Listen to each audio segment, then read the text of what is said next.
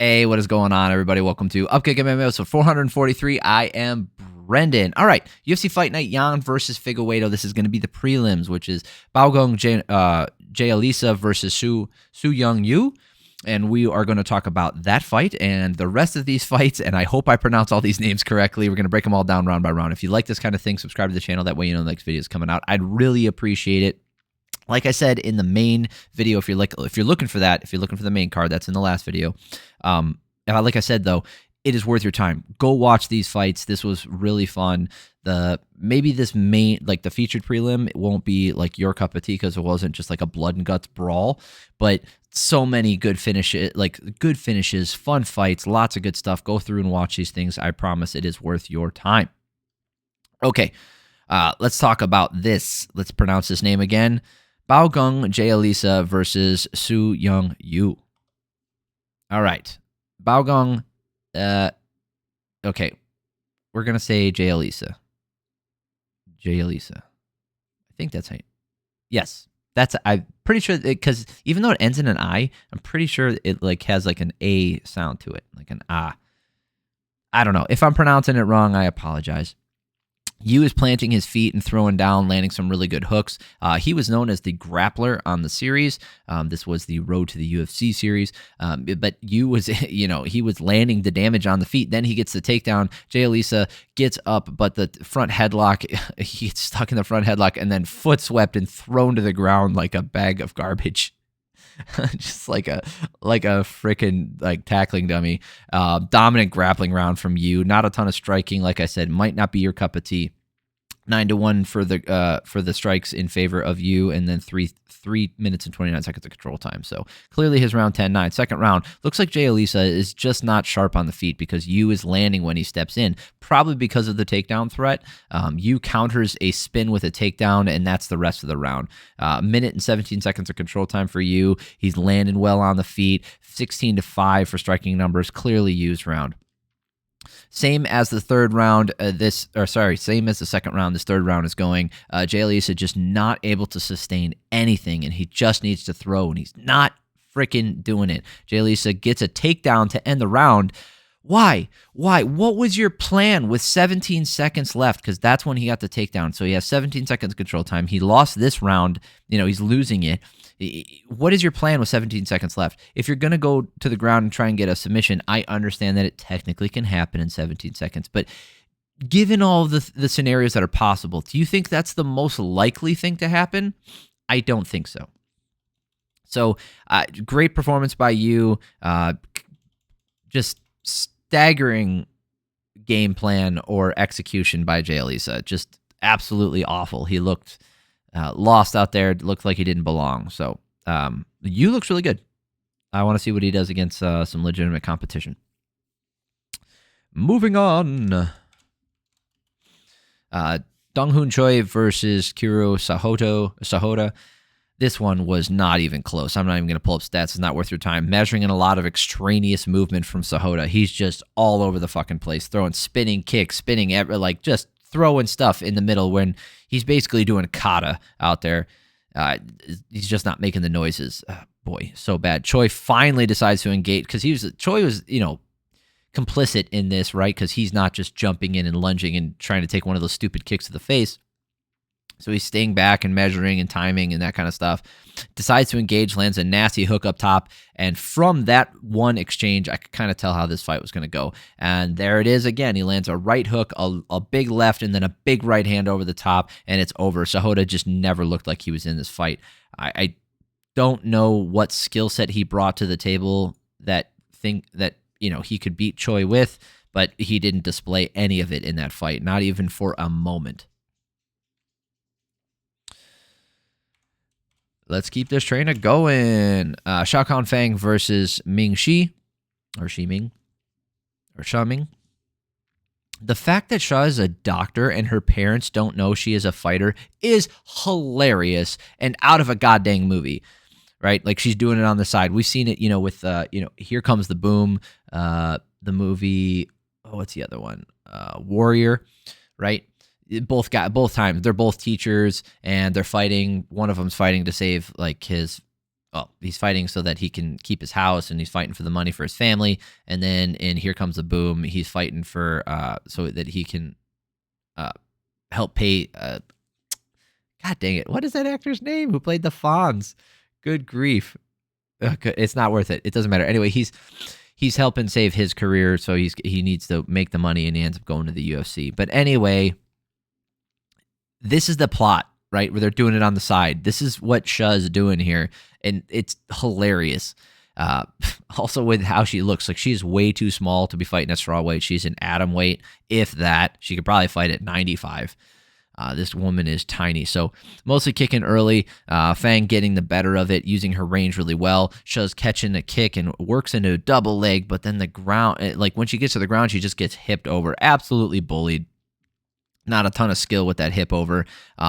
And then she gets mounted back up with no damage, which is great, but you just can't score this for Xiao because she didn't land enough. She got outstruck 18-12. Yes, she was pressuring, but Feng just did a better job with everything. A lot taller fighter, rangier fighter, using her skills better. Second round, Xiao just can't get into range without eating hooks. And when she's at range, at kicking range, she's just getting kicked and can't respond. She can't do anything. All right, she gets outstruck here 27-13. Going to third round. She's just like, Xiao needs a huge finish in this round, or she needs a 10-8. And then, boom, this huge-ass head kick comes from Xiao almost immediately in the third round here. 46 seconds into the fourth round. Good grief. Third round. And Feng is out. Totally out. Holy shit. Her body went stiff. Go watch the replay. This was one of the best knockouts ever. Go watch this one. It was beautiful. And she had to be taken out on a stretcher. That's how bad she was hurt. Holy crap. And then Xiao in the post-fight, she's kind of upset that she hurt her, which was, neither here. Like, she also said that, like, one of the reasons why she lost, or she was having these close fights in the run-up to the road to the UFC, is because she's just too nice. And that's kind of what, like, if she's going to, got to get over it. I understand what it's like to be that person and not want to hurt people. I totally get that. She doesn't have the physical makeup at strawweight to do that. She's too small. She has to bully. She has to make it dirty. She has to get in tight. And when she is mean, I'm excited to see what she does. But unless she changes things drastically, I think that might have been a flash in the pan. Fun flash. Excellent finish. All right, Carlos Hernandez versus Nyamjargal Tumendemberel. It's a long last name. It's phonetic, so it's like it's pronounced how you see it, right? Tumendemberel. It's just a long name, and I don't want to get caught up and start saying it wrong. I'm gonna shorten it to Tumen sometimes. If this is offensive to anybody from that area, let me know.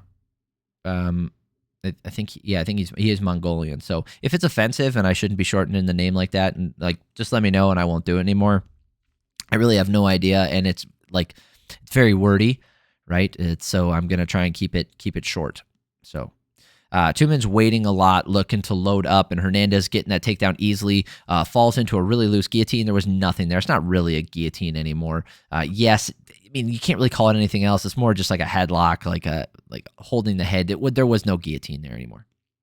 Hernandez working to mount and then back to mount, loses it. They get back up. Hernandez able to land more because he shows the takedown. Crazy scramble. Left hook lands for Tumen, but hard to tell how much damage it did when a scramble comes right after it. So if you look at the striking numbers here, Tumendemberel lands more, 12-11, but Hernandez had that control time, landed some really good shots of his own. I gave it to Hernandez 10-9. I understand if he gave it to Tumendemberel, but I gave it to Hernandez. So Tumen kicks him in the nuts, flying forward, and then Tumen finds the mark, pressing forward. Hernandez responds by stringing the takedown attempts with a hook and a straight landing flush, and then getting the takedown. Beautiful stuff from him. Hernandez looks excellent, right? He has all these skills, and he's so good. It's just, I think he's just not physically gifted, and because of that, like it holds him back slightly. But he is an excellent fighter. Tumendemberel finding the mark, Yeah, I said that already. Okay, Hernandez controlled him on the ground and took the back repeatedly in this round, having 2 minutes and 52 seconds of control time, 12-2 for the striking numbers in favor of Hernandez. Tumendemberel just couldn't get it going in this round. He was too afraid of getting taken down. Last round, Tumen just keeps his hands low, still able to find the mark, but he is getting tagged. Hernandez gives up ground, then fires back, forcing his way into the center. So he would like back up, and then bam, land a couple of shots, fight his way back to the center, and then he did that on repeat. Tumendemberel looking to land those big hooks, but coming up short or just outright missing. Just not enough activity from him. As I write that, he lands a right hand. But the thing is, again, it was hard to tell how much damage was done because Hernandez just got right back into him. He even took his back at the end of that round. So I had a 30-27 Hernandez, 21-12 for striking numbers in favor of Hernandez. First scorecard that we're really going to digest here. Oh, look at that. Somebody gave us a round to Ustamir. Here it is. Okay. You know, now that I look at it, no, it's still bad. I was gonna give him an excuse. I was gonna make an excuse for Saul D'Amato here, but he's got none. Mark Collette and Clemens Warner giving that first round to Tumendemberel. Understandable. All three judges had it that way. I could see that. Second round, everybody gave it to Hernandez, and then Saul D'Amato gave the last round to Tumendemberel. How do you give him that last round? All right. I will give him a little bit of leeway here. I wrote down that it was not a good scorecard when they read it off, but I'll give him a little bit of leeway. And that's with that right hand that landed. If maybe it was right in front of him and he got a better look at it than we did, maybe he saw Hernandez's feet kind of wobble, and he just gave a lot of weight to that and didn't give a ton of weight to the damage that Hernandez did that round. I'll give him that. I don't agree. Based off what I saw, I don't agree, but that's what I'm hoping happened there, because otherwise that's a really bad scorecard. And Saul D'Amato, like I said, lately he's been pretty darn good. Lonnie Kavanagh versus, is it Jose Ochoa? Yes, Jose Ochoa, because he's from Panama. Because he's a Brazilian. For those of you guys who know, it'd be Jose. In Portuguese, they pronounce the J and soften the R. Or not soften the R, the R is an H sound. Both guys landing low kicks and measuring lots of fast movement from both of them, avoiding the big shots, doing a really good job defensively. Like, this is a really high-level striking match. It looked fantastic. Kavanagh kicked them in the nuts. It feels like the heavier shots came from Kavanagh, but it was very close. Both guys landed a lot of, really, like I said, really close, 21-19. So it really came down to what you saw. Now, the head strikes were in favor of Kavanagh, 6-3. Maybe that's, watching it when I said who did more damage, I think he landed the better shots. So maybe that swayed my opinion. But I felt like he landed the bigger shots in this round. Second round, so much of this fight has been at kicking range, and Kavanagh is landing more of them, right? He's doing better with his kicks. And then Kavanagh counters an oblique kick with a right hand, put Ochoa down for just a second. Ochoa stands too far out, and when he enters, he's just not moving his feet, and Kavanagh moves out really beautifully. Kavanagh might have been hurt to the body, and then he goes takedown, and Ochoa gets to the back, standing back at backpack. It again, the end of the round makes it interesting because Kavanagh never really dropped from that body shot, but the shots from Ochoa, man. So I think Kavanagh did more damage early and Ochoa did more damage late, but the bigger, more impactful moment, I think that body shot really did hurt him. He did outstrike him, so even if you had it even as far as like damage goes, who was landing more offense? Ochoa. That little bit of control time at the end, if you gave this to Kavanagh, that's fine. I just had it for Ochoa. So I had it 19-19 going to the last round. Kavanagh landing the left hook as Ochoa opens up and then gets dropped. He drops Ochoa again. Ochoa spending too much time chasing and complaining, putting his hands up, being like, that doesn't matter. It does nothing. I hate when fighters do that shit. If you do it once or twice, it's fine. But when it's like your thing and every time someone touches you, you're just like, what? That's nothing. That's nothing. You can do that all you want, man. You're getting hit. That's why you're making that face. And then there was a spinning head kick at the end of the round. Ochoa's got a chin. I'll give him that. I don't think Kavanagh's shots landed that flush. They were good shots, but not so flush that Ochoa, needed a granite chin to eat him. Kavanagh got the striking advantage here, 12-11. If you didn't have it for Kavanagh going into that last couple seconds, you should have given it to him right at the end there. Looking at the scorecards, Mark Christie has all three, and then Evan Field and Vito Polillo saw it the same way I did. That first round for Kavanagh, second round for Ochoa, and the last round for Kavanagh. So no controversy there, in my opinion. Because everybody agrees with me. That's how I say whether or not a judge is doing it right, if they agree with me. I'm joking. If you guys have not seen me before, you know that my answers are not the right answers. They're mine. I will explain them. Quang Lee versus Xiao Long. Great left hand, a great right hand to a left hook from Lee, and Xiao waves him in, right? He keeps waving. He kept doing it the entire freaking fight. 1 or 2 times is okay, but he's like, come on. The Max Holloway shit. Like, everybody was doing it. And this guy did it more than anyone else. Xiao is over-swinging on his shots, and Lee is countering really well. Xiao is doing a better job as the round goes on to land in the pocket, and Lee is catching him on the way in, but he's falling behind on the numbers. Xiao pointing to the ground again, landing as they trade. He pulled away as the round went on. So I had him winning this round 10-9. Looking at the striking numbers here, 40-29. That's what I was saying. Xiao just doing a better job, just landing more, right? He's just throwing more out there. Lee is more patient and contemplative, and he needs to land a big shot so he doesn't fall behind in another round. He just doesn't do it. Xiao is wearing it worse as he keeps pointing to the ground and wanting to trade, still landing more though, right? Xiao ending the round, landing a big hook and flying knee. I have a 20-18. Striking numbers 35-25 in favor of Xiao. Last round, Xiao runs across the cage, wants to land that flying knee again. Lee is looking labored, moving slower. Big right hand from Xiao, and the ref waves it off. That's a weird stoppage, okay? Very weird stoppage. And, Lee didn't get right back up. It looked like he was just exhausted. So I'm not horrified by the stoppage. I don't think it was a bad stop. It was just weird when I saw it happen because he lands a shot, and I don't know. Go back and judge it for yourself. I don't think, like I said, not a bad stoppage. It was just strange in the moment.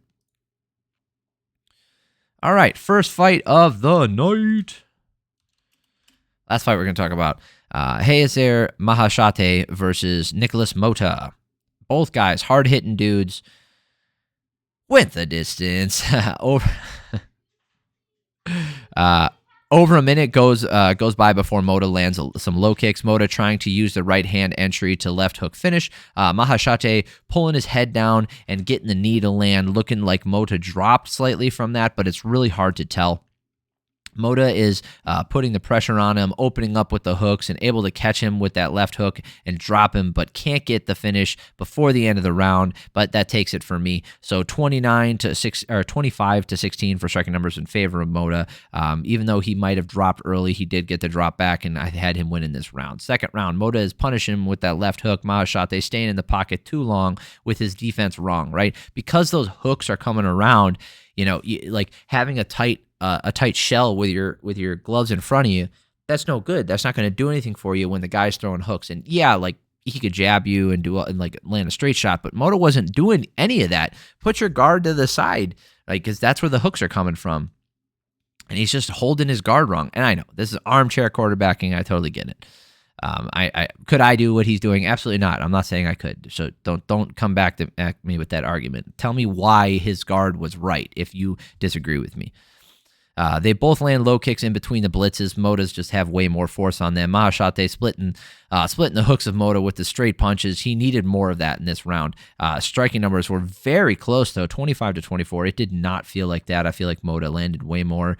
That's because he did. 19-11 for striking numbers to the head in favor of Motta. It was the leg kicks that Maheshate kept up with.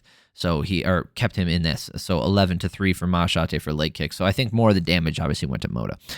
Last round, huge right hook puts Maheshate down, and Motta gets the mount and then to the back for 2 minutes, but Maheshate gets back up. Motta moves are kind of labored. Maheshate putting the pressure on him, just not opening up enough to punish him, though. Well, he had this moment at the end of the round where Motta's tired, and Motta's standing a ground to end the fight, and they both land more.